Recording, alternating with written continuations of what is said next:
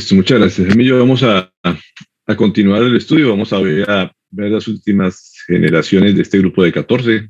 Como les había anticipado, son dos grupos de 14 generaciones en el que el Señor administra su plan de redención para la humanidad.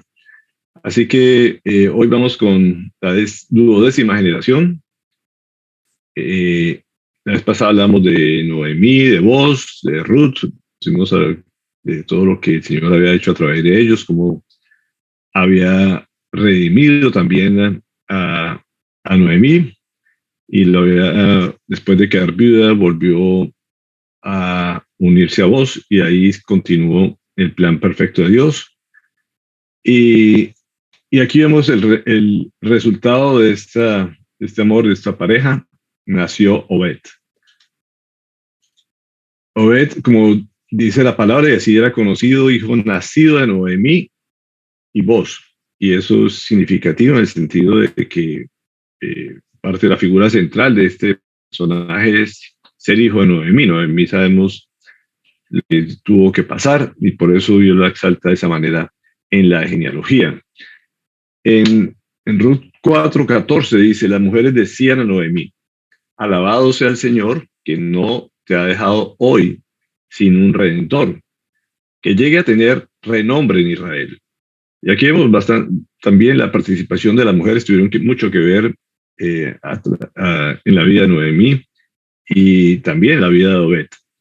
Y aquí casi que profetizan algo, que están reconociendo y alabando a Dios por todo lo que él había, darle esa nueva oportunidad a Noemí. Como le decía, la mujer es viuda, no tenía ningún futuro, podríamos decir, ninguna esperanza, pero el Señor la rescató y hizo su plan perfecto para que ella fuera redimida y fuera utilizada también para la obra de él, y que fuera recordada para siempre en Israel y hasta el día de hoy, como conocemos a Noemí a través de lo que Dios hizo por ella.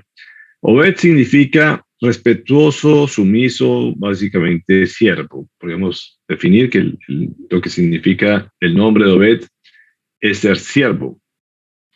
Y en Ruth 4, 16, 17, hay una palabra que resalta, dice: tomando Noemí el hijo, lo puso en su regazo, y fue su aya, y le dieron nombre las vecinas, diciendo: le ha nacido un hijo a Noemí, y lo llamaron Obed.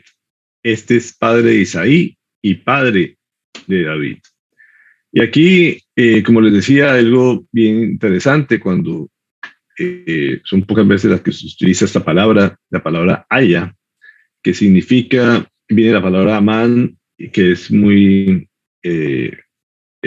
tiene la misma raíz de la palabra amén, que utilizamos muy frecuentemente. Y básicamente traduce como levantar o mantener, o algo que sustenta, básicamente. Esa es y lo que dice, básicamente, lo que está diciendo este pasaje es que ese bebé iba a sostener no solamente a su madre, como lo expresa ahí aquí estas mujeres, y como vemos, estas mujeres influyen para poner el nombre. Este es de los casos que las amigas o las mujeres del pueblo pusieron el nombre del descendiente. En otras ocasiones veíamos cómo la ponía la mamá, pero en este caso vemos que lo están colocando las amigas de la mamá. Y ahí también se confirma en el versículo 15, cuando dice: este niño renovará tu vida y te sustentará en la vejez, porque lo ha dado a luz tu nuera, que te ama y es para ti mejor que 7 hijos. Y básicamente lo que están exaltando es a Noemí, que es, en este caso, están resaltando a Ruth, en el sentido de que le están diciendo: este hijo también te va a sostener a ti, y tu nuera, pues, tenía un amor, como dice, cada vez que se menciona 7 es todos, básicamente, la totalidad, como si tuvieran todos los hijos, más que todos los hijos, y eso era el amor que sentía Noemí hacia Ruth. Así que, como vemos, todos profetizaban y hablaban de que este hijo era el que iba a sostener la familia que había pasado tanta penumbra.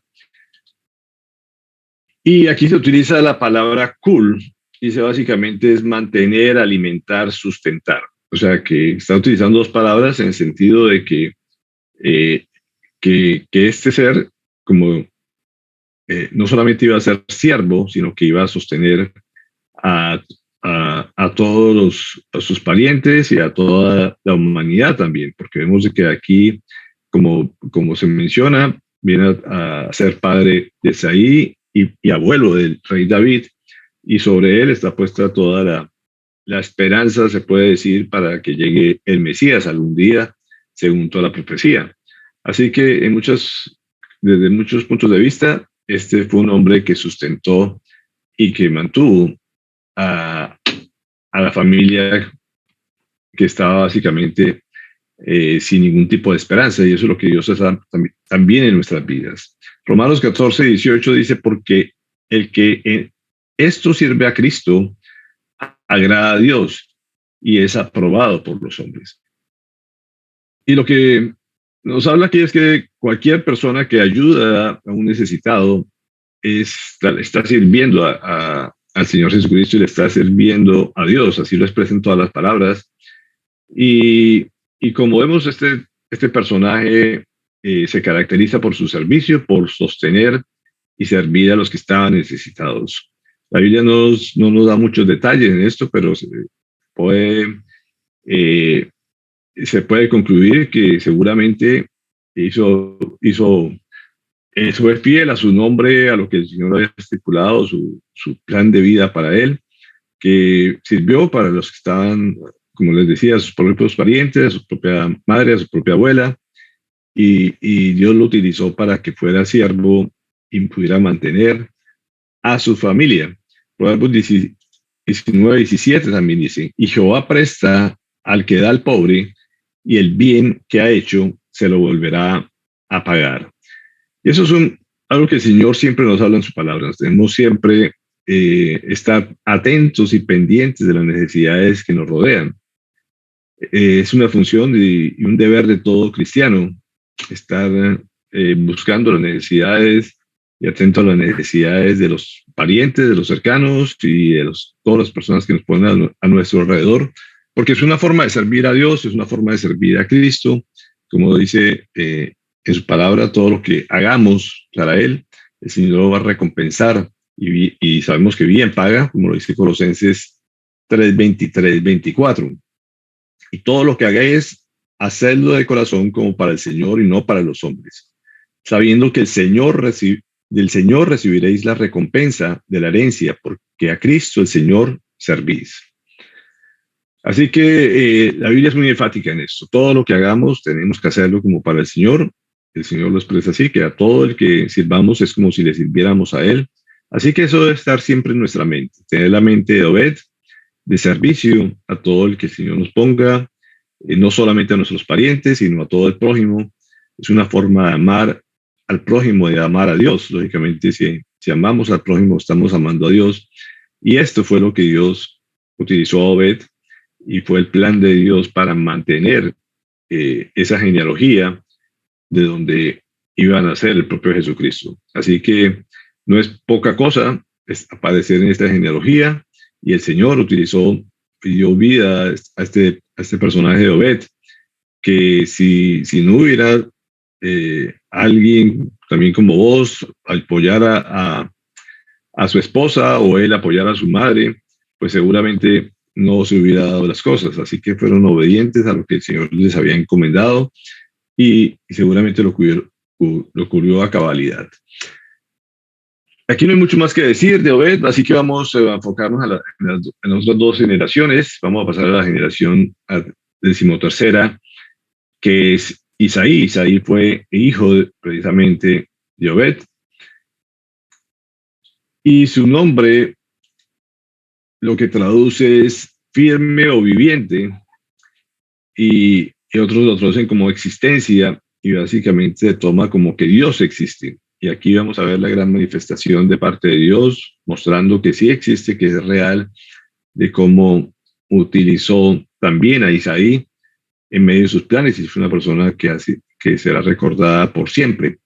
Primera Samuel 17, perdón, Ruth 4:22. Dice, Obed dice el padre de Isaí, e Isaí el padre de David. Entonces vemos aquí que estamos hablando del propio padre del rey David.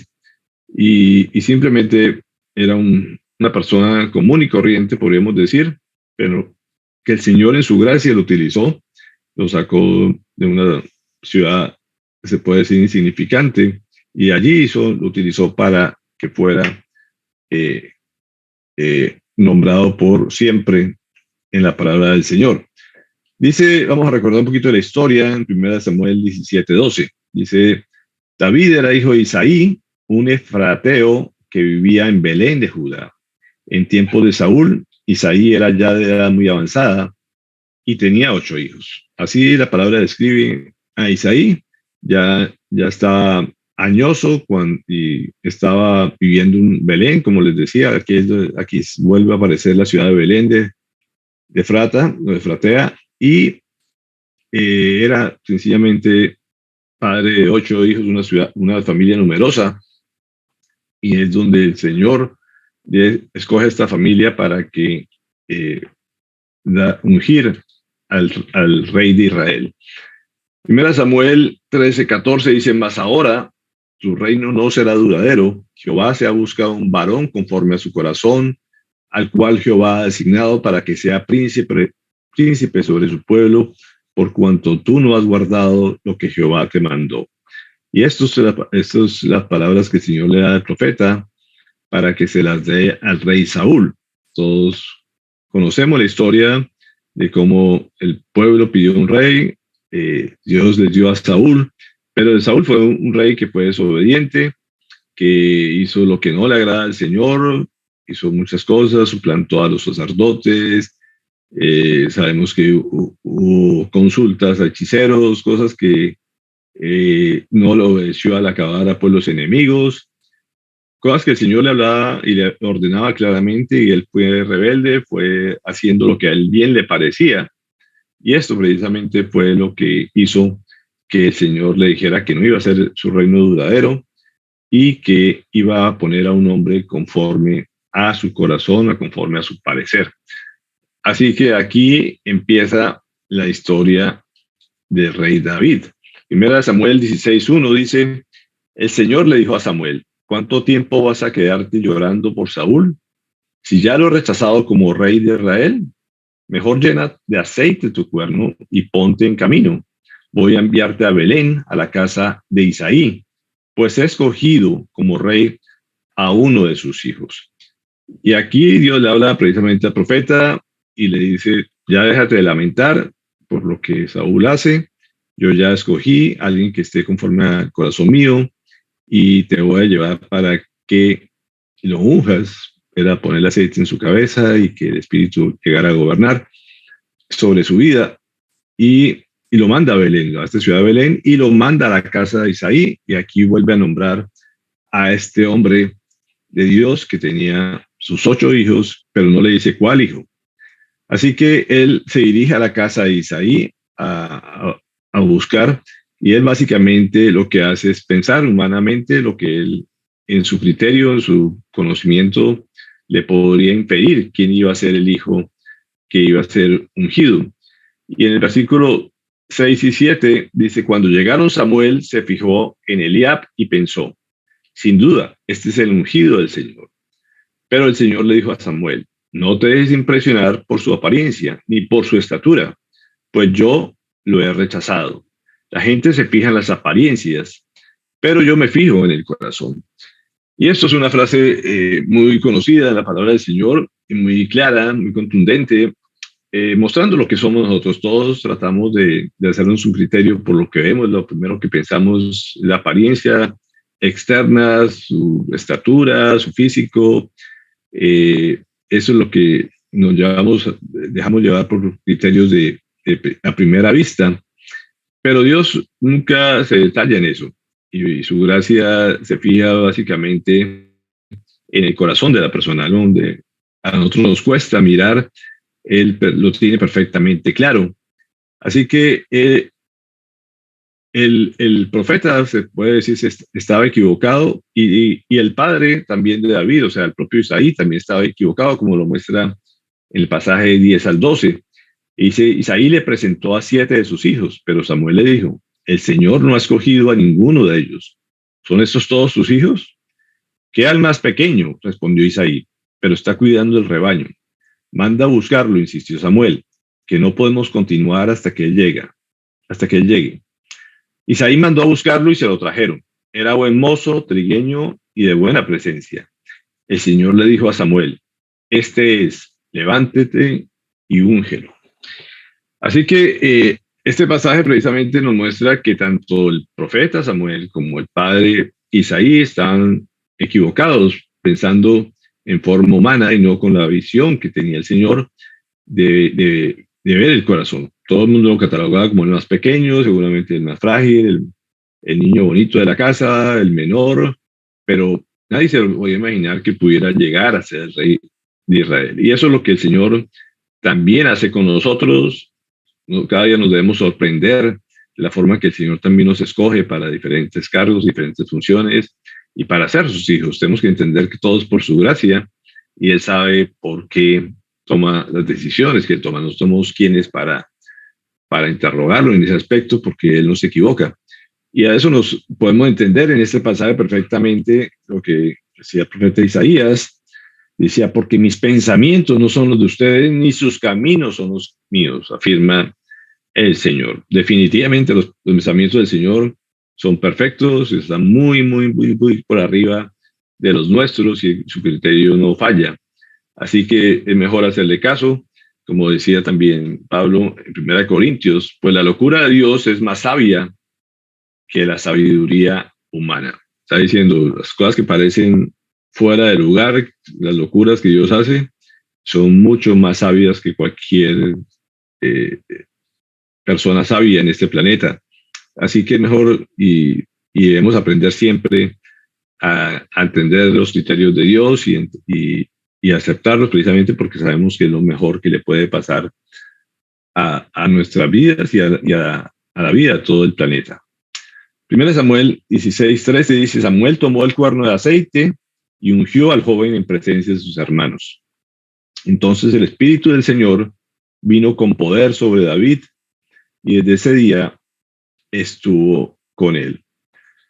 Y aquí para adelante empieza un peregrinaje en la vida de David y precisamente en la vida también de Isaí. Isaí decide entregarle este hijo al servicio del Señor, a esperar instrucciones básicamente. Y aquí Dios pone la necesidad de buscar un hombre como David para el reinado de Saúl. Y vemos en el pasaje de 1 Samuel 16-17 que le dice, bien le respondió Saúl, consígueme un buen músico y tráiganlo. Uno de los cortesanos sugirió, conozco a un muchacho que sabe tocar el arpa. Es valiente, hábil, guerrero, sabe expresarse y es de buena presencia. Además, el Señor está con él. Su padre es Isaí, él de Belén. Y fíjense que aquí se dan diosidencias, podríamos decir. Estaba precisamente espíritus atormentando la vida de Saúl. Él se dio cuenta que con la música se calmaba y él está buscando un buen músico para tener en su palacio. Y ahí vienen cosas que uno podría decir, este bohemio, David, él se pasa en el monte con sus ovejas, tocando arpa, pues es como que no tiene perfil, no tiene una hoja de vida para ser un rey. Pero Dios utiliza lo que él tenía, básicamente, y siempre creo que fue así la vida de David, utilizar lo que él tenía a su mano, y en este caso es el arpa, y poner a gente que estaba en el palacio cercano al rey para decir, yo conozco a un joven, y todo se da las situaciones para que él fuera llamado a estar dentro del palacio.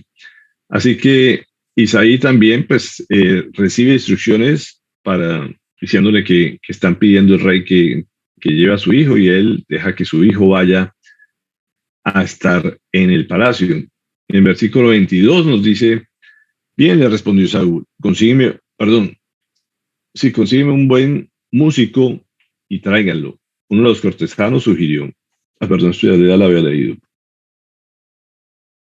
No, es la misma, básicamente. Conozco un muchacho que sabe, perdón, se lo copié mal, es el versículo 22, esta copié fue el 17 nuevamente. Bueno, ahorita les leo el 22, queda pendiente.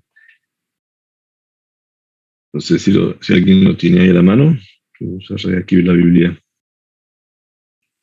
Sí, Fredicillo, yo lo tengo aquí. Léelo, por favor, Primera de Samuel 16. 22.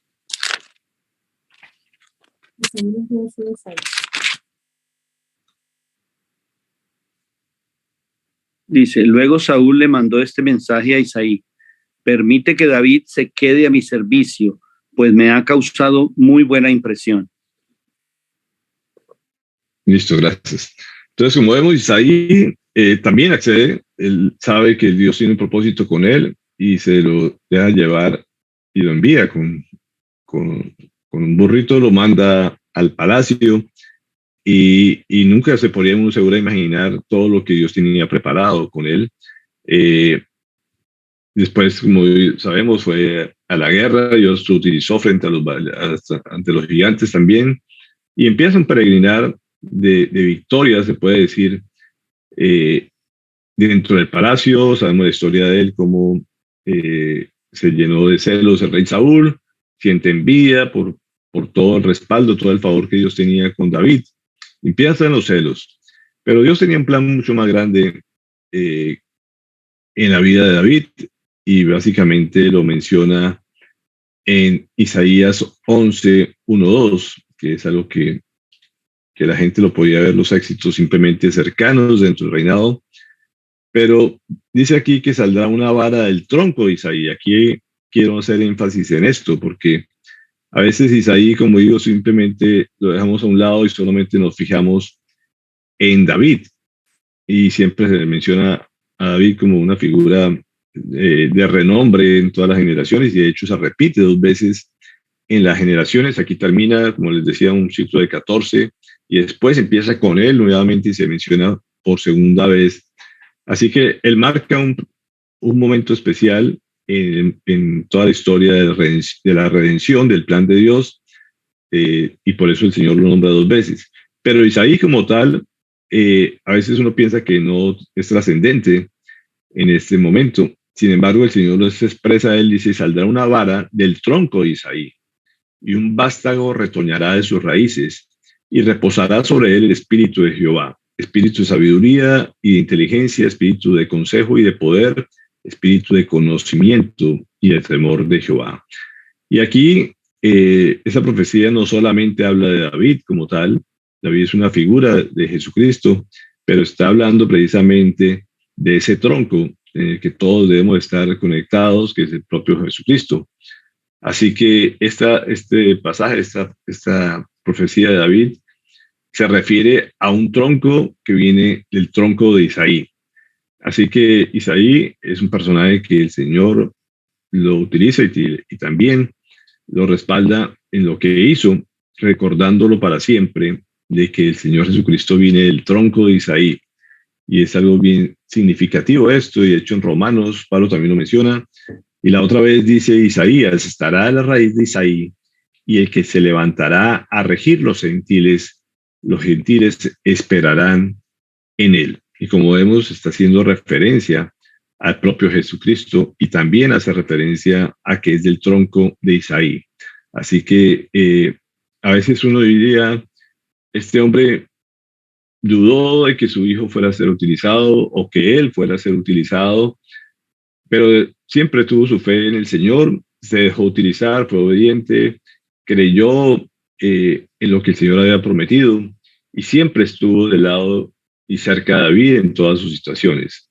Y esto es muy, muy importante cuando en diferentes pasajes de la vida de David se menciona que él siempre estaba atento, como guardando las cosas en su corazón, también de lo que Dios tenía planeado para hacer con su hijo David. Así que tenemos que tener la misma mirada que él, como dice en Mateo 17. Jesús le dijo: por vuestra poca fe, porque de cierto digo que si tuvieras fe como un grano de mostaza, dirías a este monte, pásate de aquí allá, y se pasará, y nada os será imposible. Aquí vemos hombres de fe, definitivamente, que confiaron en las palabras del Señor, pero nunca se llega a uno a imaginar la hora del Señor, lo que Dios tiene preparado. Y así tenemos que ver a todos nuestros hijos también. Sabemos que Dios nos puede utilizar a nosotros y que puede utilizar a nuestros hijos en formas que uno nunca se puede llegar a imaginar. Simplemente hay que creer en Él, confiar en Él y estar sujetos a lo que Él diga. Y Dios es el que hace la obra y simplemente lo que nos pide es que confiemos, que así seamos aparentemente insignificantes para el mundo. Dios puede de cualquiera de nosotros hacer generaciones hacia el futuro. Nosotros podemos ser el tronco para unas generaciones que no sabe uno cuántos descendientes y qué gente tan importante puede llegar a ser en la obra del Señor en las generaciones venideras. Así que tenemos que aprender esta parte de David, de Isaí, de ver las cosas con una mirada hacia el futuro, no como por las circunstancias que vemos a primera vista. Y esto es significativo de Isaí. Y vamos a la 14ª y última generación del día de hoy, que es este gran personaje, David. David, su nombre significa bien amado. Otras traducciones también lo hablan como si fuera amigo. Pero definitivamente David es una persona muy amada de parte del Señor, un hombre conforme a su corazón. Así que esta creo que es una buena descripción. Su nombre describe lo que Dios hizo con él, que era ser bien amado por parte del Señor. Hebreos 13:22 nos dice, tras destituir a Saúl, les puso por rey a David, de quien dio este testimonio. He encontrado en David, hijo de Isaí, un hombre conforme a mi corazón. Él realizará todo lo que yo quiero. Así que aquí vemos la descripción de lo que Dios había visto en el corazón de él, un hombre que amaba a Dios, que era obediente y que iba a hacer lo que el Señor tenía planeado. Así lo describió el Señor.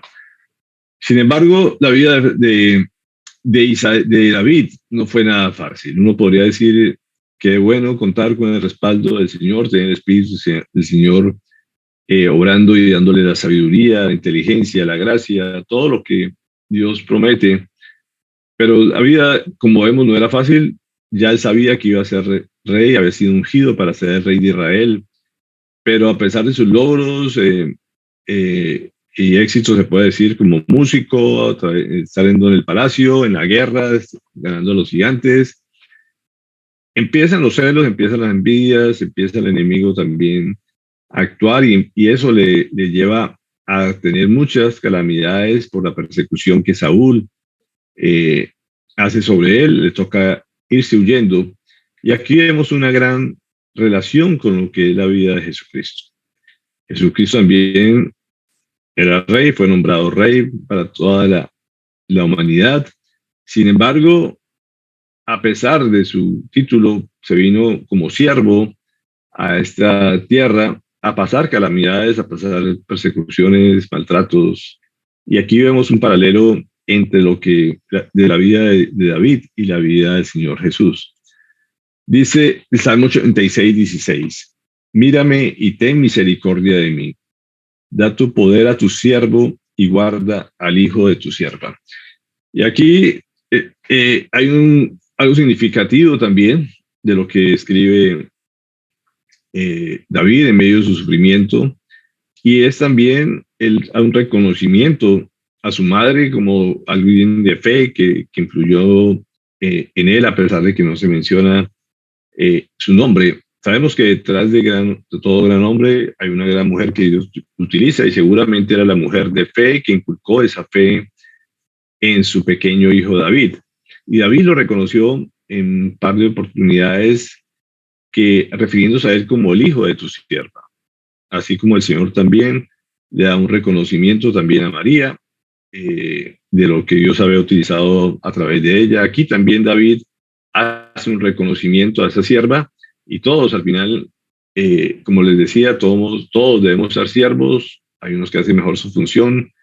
Como les decía en el caso de Obed, sustentan a gente, aman a gente. En este caso seguramente sustentó también a David y le dio los fundamentos de esa fe inquebrantable que al final tuvo sus errores como ser humano, pero seguramente también fue buen hijo con su madre, y él reconoce, así cuando en esos momentos que pide misericordia y está llamando la atención del Señor, le recuerda que él tuvo una madre que fue seguramente quien lo guió. El Salmo 116, 16 dice: oh Jehová, ciertamente yo soy tu siervo tuyo soy, hijo de tu sierva, y tú has roto mis prisiones. Entonces vemos que aquí que le da un reconocimiento especial a la mujer que Dios utilizó para que fuera su madre. Sin embargo, tampoco, como vemos, no se menciona, no hace ninguna alusión nadie más de ella, pero el hijo le da un reconocimiento especial. Vemos aquí otro pasaje donde a veces creemos que esto es una palabra solamente de Jesucristo. Cuando vemos: Dios mío, ¿por qué me has desamparado? Siempre nos recordamos las palabras del Señor Jesucristo en Mateo 22:14. Perdón, esa cita aquí no la traigo, pero todos recordamos cuando el Señor hace esa oración, cuando está precisamente a punto de ser crucificado, de morir. Él se siente que Dios lo ha desamparado, y así lo sintió David también. Uno podría decir: ¿cómo es posible que ambos, siendo rey nombrado por el Señor, tenían que pasar por estas dificultades? Pero así lo tenía en su sabiduría Dios establecido. Y como le digo, esto es una prefigura de Cristo, el rey David. Así que son una frase que originalmente era de David. El Salmo 22:14 dice: he sido derramado como aguas y todos mis huesos se descoyunturaron. Mi corazón fue como cera, derritiéndose en medio de mis entrañas. Esto es una descripción de lo que él sentía, lo que estaba pasando, el sufrimiento. Básicamente estaba diciendo que los huesos se les parecía que se separan del cuerpo, y eso, la forma que describe el corazón, es lo que el Señor Jesucristo también pasó en la cruz, ese tipo de muerte que él tuvo. Eso es lo que sufrió un crucificado también, y así se sentía David también en medio de la persecución. Mateo 26:38 dice: entonces Jesús le dijo: mi alma está muy triste hasta la muerte. Es una frase también que refleja la gran agonía que tenía Jesús en medio del sufrimiento que el Señor le permitió pasar. Y hay otro pasaje en Salmo 22:15 que le dice: se ha secado mi vigor como una teja, la lengua se me pega al paladar, me has hundido en el polvo de la muerte. Son palabras del rey David también en medio de la agonía. Y en Juan 19:28 dice: después de esto, como Jesús sabía que ya todo había terminado, y para que se cumpliera la escritura, dijo: tengo sed. Podemos imaginar el desespero del Señor Jesucristo, y como dice, una de las sensaciones más terribles que hay, la sed, y era una sed que podemos decir no se podía describir, y ambos pasaron ese momento de sed en medio del sufrimiento. Creo que todos en medio de los sufrimientos también tenemos sed de que el Señor nos dé una mano, que es el ansia básicamente que da los sufrimientos, la agonía, pidiendo el auxilio de parte de Dios, y es lo que Jesucristo expresó. Pero lo que recibió a cambio fue un vinagre. Todos sabemos lo que el ser humano le hizo al Señor Jesucristo en su agonía. También hay otro pasaje interesante en Salmo 22:18 que dice: se reparten entre ellos mis vestidos, y sobre mi ropa echan suertes. Y esto también le pasó al rey David en medio de entrar en territorio enemigo, cuando estaba siendo perseguido. Así que, ¿cómo se trata? Uno diría: ¿cómo se trata un rey? ¿Qué cosas merece un rey? Pero aquí vemos lo que el ser humano hace con los reyes que el Señor nombra, que más bien los desprecia. y hasta la ropa les quita absolutamente todo y los hace pasar por agonía. El Salmo 19, 23, 24, perdón, Mateo 19, dice, cuando los soldados crucificaron a Jesús, tomaron su manto y lo partieron en 4 partes. Una para cada uno de ellos. Tomaron también la túnica, la cual no tenía costura, sino que era de una sola pieza, tejida de arriba a abajo. No la dividamos, se dijeron unos a otros. Echemos suertes para ver quién le toca. Así lo hicieron los soldados, y esto sucedió para que se cumpliera también la escritura que dice, se repartieron entre ellos mi manto, y sobre mi ropa echaron suertes. Después de todo esto que pasó, sabemos lo que sucede. Dios se lleva al Señor hacia el cielo a reinar, precisamente al lugar de donde había partido. Después de hablar con ellos, el Señor Jesús fue llevado al cielo y se sentó a la derecha de Dios. También, después de toda esa agonía, el rey David llegó a proclamarse rey en Hebrón. Sin embargo, no era el lugar definitivo. Todos sabemos que él tenía que reinar desde Jerusalén, pero hay una fase, se puede decir, intermedia, y el Señor va a reinar por la eternidad.